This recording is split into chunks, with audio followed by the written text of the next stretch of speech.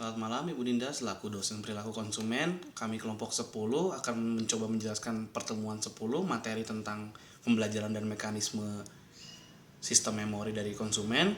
Kelompok kami ada Muhammad Rianto, Cici Cahyani, Revina, saya sendiri, Daniel Mulyana, dan Galih. Pada materi kali ini kami akan menjelaskan tentang pengertian, syarat pola belajar, proses belajar, karakteristik dan mekanisme, modifikasi perilaku konsumen, teknik modifikasi perilaku, 3 macam tingkatan perubahan perilaku, dan cara konsumen menyimpan memorinya dari produk tersebut. Sedikit saya menjelaskan akan tentang pengertian dari proses pembelajaran. Menurut Schiffman dan Canuck, perspektif pemasaran, proses belajar konsumen diartikan sebagai sebuah proses di mana seorang memperoleh pengetahuan dan pengalaman pembelian dan konsumsi yang akan ia terapkan pada perilaku yang terkait di masa datang. Ini dalam artian konsumen akan terus belajar dari produk-produk yang dia konsumsi. Ada beberapa hal yang penting dari penjelasan tersebut. Yang pertama, konsumen belajar adalah suatu proses di mana itu akan terus berlangsung, tidak akan pernah berhenti menerima informasi kapanpun dan dimanapun. Itu dapat dimiliki dari konsumen yang membeli produk ataupun dari sekelilingnya. Oleh karena itu, ia akan selalu memperoleh pengetahuan baru. Kedua, pengalaman memainkan peranan dalam proses belajar. Pengalaman dapat didapatkan oleh konsumen setelah mereka mengkonsumsi produk yang dibelinya atau yang digunakannya. Yang ketiga, belajar adalah suatu proses mencari informasi secara sungguh-sungguh sengaja dilakukan oleh konsumen. Konsumen memiliki ketertarikan untuk mengkonsumsi dari suatu produk untuk mengetahui fungsi ataupun kualitas dari produk tersebut. Itulah yang disebut dari proses belajar konsumen. Ketiga, terminologi belajar berarti makna yang luas. Belajar memiliki makna yang sederhana, tapi juga bisa berarti sesuatu yang lebih rumit. Keempat, belajar berarti adanya perubahan perilaku yang secara relatif permanen. Inilah dimana konsumen akan selalu belajar hal yang baru, dan bila produk atau jasa yang kita berikan pada konsumen tersebut memberikan efek yang reaksi yang positif, maka konsumen tersebut pun akan memberikan perilaku yang positif, perubahan perilaku yang positif terhadap produk dan jasa yang kita miliki, bahkan dapat mengakibatkan kedepannya konsumen tersebut bisa merekomendasikan produk yang kita miliki ke orang lain secara permanen. Yang kedua, ada syarat proses belajar. Hal yang paling dasar dari syarat proses belajar yang harus dimiliki konsumen adalah motivasi, di mana memang ada dari kebutuhan dari diri mereka atau ada keinginan mengkonsumsi produk atau jasa yang kita miliki. Yang kedua adalah isyarat, stimulus yang mengarahkan motivasi tersebut. Stimulus yang dirasa oleh konsumen dapat muncul dari internal diri sendiri ataupun dari eksternal mereka, dari sisi keluarga, sosial, atau budaya. Respon, reaksi konsumen terhadap isyarat itu dapat bermacam-macam, seperti membeli, atau akhirnya dia menolak, ataupun akhirnya dia merekomendasikan terhadap orang lain, atau bertanya terhadap orang lain tentang produk atau jasa yang kita miliki. Yang terakhir adalah pendorong, sesuatu yang meningkatkan kecenderungan konsumen untuk berperilaku pada masa mendatang. Dorongan ini dapat berupa sebuah hasil positif atau negatif dari produk atau jasa yang kita miliki. Bila produk atau jasa yang kita miliki dapat memberikan efek yang positif terhadap konsumen tersebut akan memberikan dorongan untuk dapat merekomendasikan produk atau jasa kita terhadap orang lain. Berikutnya ada proses belajar. Proses belajar ini akan dijelaskan oleh teman saya, Muhammad Ian. Selanjutnya saya akan menjelaskan tentang proses belajar. Proses belajar adalah kognitif atau yang disebut tentang proses belajar yang dicirikan oleh adanya perubahan pengetahuan yang menekankan kepada proses mental konsumen untuk mempelajari informasi. Selanjutnya, proses belajar yang terjadi ketika konsumen bereaksi dalam bentuk tindakan bukan proses mental terhadap lingkungan atas stimulus yang datang dari lingkungan. Pengondisikan klasik atau disebut dengan klasik condition adalah beberapa konsep kunci dari pengondisikan klasik yang berlaku dalam perilaku konsumen. Antara lain rangsangan mutlak, tanggapan mutlak, rangsangan bersyarat, tanggapan bersyarat, pelacakan isyarat, saying tracking, dan pengondisikan tingkat tinggi atau high order conditioning. Terus proses belajar instrumental atau disebut dengan operant conditioning adalah proses belajar instrumental adalah proses belajar yang terjadi pada diri konsumen karena konsumen menerima imbalan yang positif atau negatif. Proses belajar instrumenter memiliki 4 konsep penting, yaitu 1. Penguatan, 2. Terdiri atas 2 penguatan, yaitu penguatan positif dan penguatan negatif. Terus yang kedua ada hukuman, ketiga ada kepunahan, dan keempat ada pembentukan atau yang disebut dengan shaping.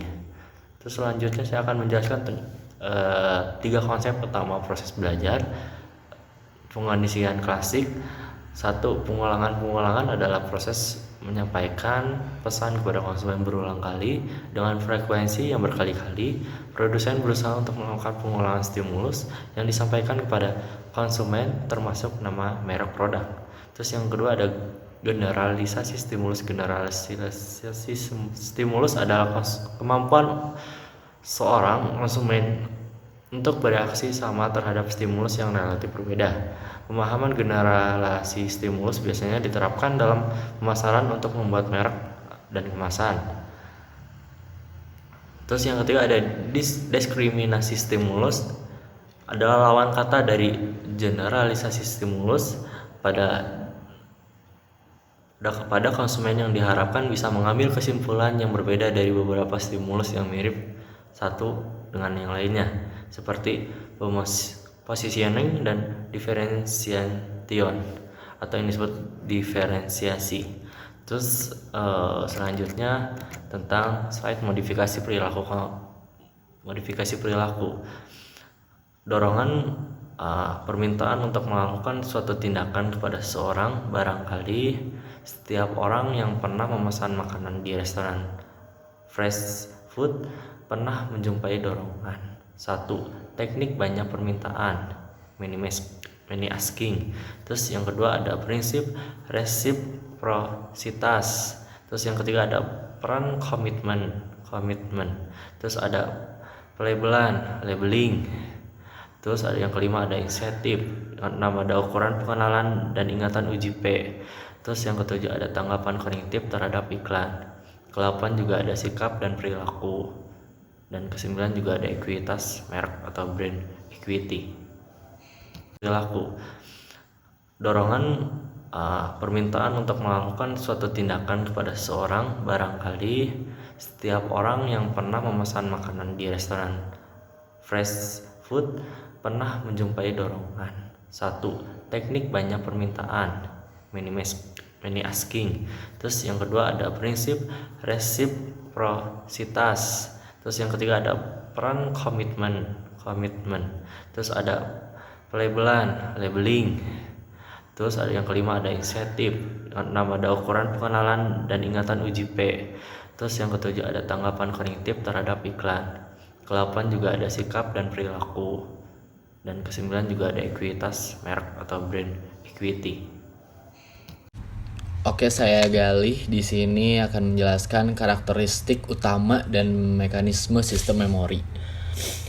Memori seseorang memiliki peran sentral dalam pengolahan informasi. Menurut Solomon pada tahun 2017 berpendapat bahwa memori melibatkan memperoleh informasi dan penyimpanan dari waktu ke waktu sehingga tersedia bila diperlukan. Pendekatan kontemporer yang melibatkan untuk mempelajari memori menggunakan jalur pemrosesan informasi pandang. Teori menganggap bahwa pemikiran bekerja dalam beberapa cara seperti komputer. Pertama, data input, proses, dan output untuk kemudian digunakan dalam bentuk direvisi. Proses memori terdiri dari 3 tahap, yaitu pengkodean, penyimpanan, dan pengambilan. Dalam pengkodean, informasi tahap dimasukkan dalam bentuk yang sistem mengakui.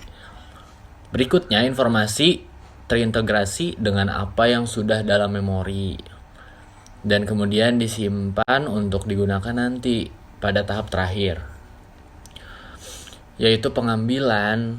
Orang mengakses informasi yang diinginkan. Selanjutnya, cara memori menyimpan informasi. Yang pertama, pengakuan versus ingatan, yaitu salah satu indikator dari iklan yang baik tentu saja adalah kesan yang ditimbulkan pada kita. Tapi bagaimana caranya Dapatkah kita mendefinisikan dan mengukur dampak ini? Dua ukuran dasar dari dampak adalah pengakuan dan ingatan. Dalam tes pengenalan biasa, peneliti menampilkan iklan kepada subjek satu persatu dan menanyakan apakah mereka pernah melihat sebelumnya. Sebaliknya, tes penarikan gratis meminta konsumen memikirkan apa yang telah mereka lihat tanpa diminta untuk memberikan informasi. Tugas ini membutuhkan upaya yang lebih besar dari pihak mereka. Yang kedua adalah kehilangan memori. Orang juga cenderung melupakan informasi atau menyimpan ingatan yang tidak akurat. Masalah Caster termasuk menghilangkan, mengabaikan fakta, rata-rata menormalkan dengan tidak melaporkan kasus ekstrim, dan teleskoping ingatan yang tidak akurat waktu. Distorsi ini tidak hanya menjadi masalah dalam kasus pengadilan dan mengandalkan saksi mata kesaksian. Mereka yang mempertanyakan keakuratan database penggunaan produk yang bisa diandalkan. Yang ketiga, produk membantu kita mendapatkan kembali kenangan dari masa lalu. Produk juga berperan sebagai penanda memori konsumen untuk mereka mendapatkan kembali ingatan tentang pengalaman masa lalunya. Dan kami sering menghargai mereka karena mereka mampu melakukan ini. Fungsi ini juga mendorong penggunaan nostalgia dalam strategi pemasaran. Desain produk fosil membangkitkan kenangan gaya klasik zaman dulu. Saya Revina Aryatri dengan NPM 0217103044 akan menjelaskan jurnal internasional dengan judul Pengaruh Sumber Informasi Terhadap Keputusan Nasabah Menggunakan Tabungan Britama. Pendahuluan, persaingan perbankan dan situasi bisnis di pasar saat ini berubah sangat cepat. Kondisi tersebut berhadapan pula dengan sistem pasar global dengan tingkatan persaingan yang semakin tajam di pasar domestik maupun pasar internasional. Pemilihan produk bank oleh nasabah seringkali lebih didasarkan pada aspek informasi mengenai manfaat yang akan diperoleh dari produk bank tersebut. Tinjauan teoritis. Pengambilan keputusan. Suatu keputusan atau decision melibatkan pilihan di antara dua atau lebih pilihan di antara beberapa perilaku yang berbeda. Adapun beberapa dasar dalam pengambilan keputusan, yaitu pengambilan keputusan berdasarkan intuisi, pengambilan keputusan berdasarkan rasional, pengambilan keputusan berdasarkan fakta, pengambilan keputusan berdasarkan pengalaman, dan pengambilan keputusan berdasarkan wewenang. Sumber informasi. Masing-masing bank berlomba untuk menarik nasabah yang pada akhirnya nasabah mendapatkan keuntungan dari keadaan tersebut. Karena itu, dunia perbankan tidak mempunyai banyak pilihan kecuali meningkatkan profesionalisme, kompetensi, dan daya saing. Pemilihan produk bank oleh nasabah seringkali lebih didasarkan pada aspek informasi mengenai manfaat yang akan diperoleh dari produk bank tersebut. Bank berusaha lebih dekat dengan konsumen melalui berbagai macam pendekatan, misalnya berbagai macam produk, layanan, promosi, iklan, bunga yang menarik, hadiah, dan membuka cabang atau unit baru yang letaknya mudah dijangkau oleh masyarakat. Pada sisi lain, kurangnya informasi dan promosi yang memadai mengenai produk bank dapat menimbulkan penyimpangan kegiatan usaha perbankan yang dapat merugikan nasabah dan memungkinkan calon konsumen tertarik untuk menabung di bank tersebut. PT Bank Rakyat Indonesia Tbk Cabang Makassar Panakukang merupakan salah satu lembaga perbankan di Indonesia yang selalu ingin memberikan yang terbaik bagi para nasabahnya. Pada produk tabungan yang menjadi produk unggulan, yaitu Britama. Metode penelitian. Jenis data yang digunakan adalah data kuantitatif berupa penjelasan tentang sumber informasi produk yang digunakan dan berbagai informasi lainnya dari berbagai sumber seperti studi pustaka atau literatur yang diberikan dengan penelitian ini. serta data kuantitatif berupa jumlah, nasabah, dan data-data lainnya yang menunjang penelitian. Sumber data utama digunakan adalah data primer yang diambil lewat kuesioner yang diberikan kepada responden. Data sekunder yang diperoleh dari buku dan literatur lainnya yang relevan dengan masalah yang diteliti. Teknik pengumpulan data meliputi penelitian lapangan yang merupakan metode pengumpulan dengan membagikan daftar pertanyaan untuk diisi oleh responden serta penelitian pustaka dengan menggunakan studi kepustakaan dengan literatur lainnya yang ada hubungannya dengan masalah yang diteliti. Populasi dalam penelitian ini adalah keseluruhan nasabah PT Bank Rakyat Indonesia Persero Makassar Panakukang yang menggunakan produk tabungan Britama dari tahun 2012 hingga 2015. 20.924 nasabah. Sampel diambil menggunakan metode Slovin untuk menentukan jumlah sampel sebanyak 100 orang dan penyebaran kuesioner menggunakan teknik accidental sampling. Metode analisis data yang digunakan adalah analisis kuantitatif. Selanjutnya akan dilanjutkan oleh Saudari Cici. Terima kasih. Pembahasan selanjutnya yaitu penutup. Poin yang pertama ada kesimpulan. Sumber pribadi berpengaruh positif tidak signifikan. Sumber komersial berpengaruh negatif dan tidak signifikan. Sumber publik berpengaruh positif dan signifikan. Serta sumber eksperimental berpengaruh positif dan signifikan terhadap keputusan nasabah menggunakan tabungan Britama pada PT Bank Rakyat Indonesia Persero Terbuka Cabang Makassar Panakukang. Sumber eksperimental menjadi variabel yang paling dominan dalam mempengaruhi keputusan nasabah menggunakan tabungan Britama pada PT Bank Rakyat Indonesia Persero Terbuka Cabang Makassar Panakukang. Lalu poin yang kedua ada saran. Nah, pihak bank diharapkan mampu menyusun strategi untuk mendekati nasabah melalui sumber informasi dalam meningkatkan pengguna tabungan Britama. Pihak bank untuk lebih meningkatkan kepuasan nasabah baik dari segi pelayanan maupun kualitas produk. Karena dengan merasa puas dan senang hati, mereka akan menyarankan atau merekomendasikan pada orang lain untuk menggunakan produk atau jasa sehingga akan berdampak pada keputusan nasabah. Nah, hal ini dikarenakan tanggapan responden mendapat jumlah skor yang terendah pada variabel sumber pribadi. Lalu selanjutnya pihak bank untuk aktif menyebarkan informasi produk lewat internet seperti sosial media. Hal ini dikarenakan tanggapan responden pada variabel sumber komersial berpengaruh negatif dan tidak signifikan